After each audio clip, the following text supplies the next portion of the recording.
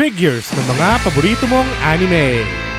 Nakarating na tayo sa pangatlo at ang pinakasikat na JoJo sa lahat, si Jotaro Kujo ng JoJo's Bizarre Adventures, Stardust Crusaders.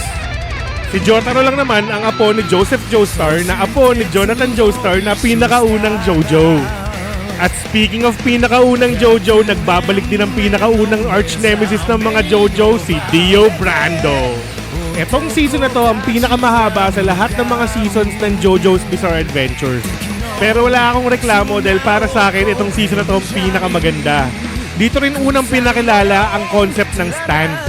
Nung unang dalawang JoJo kasi, ang power nila tawag hamon, yung galing sa tamang paghinga. Dito naman sa stand, ito yung physical manifestation ng life energy mo. At ayan na nga, nakakakalahati na tayo. 3 out of 6 releases ng Banpresto Mometria figures ng JoJo's Bizarre Adventures. Consistent pa rin ang quality ng mga figures na to. And at this point, palagay ko kailangan ko nilang silang kompletuhin kasi ang ganda nilang magkakasama. Gusto mo nito, no?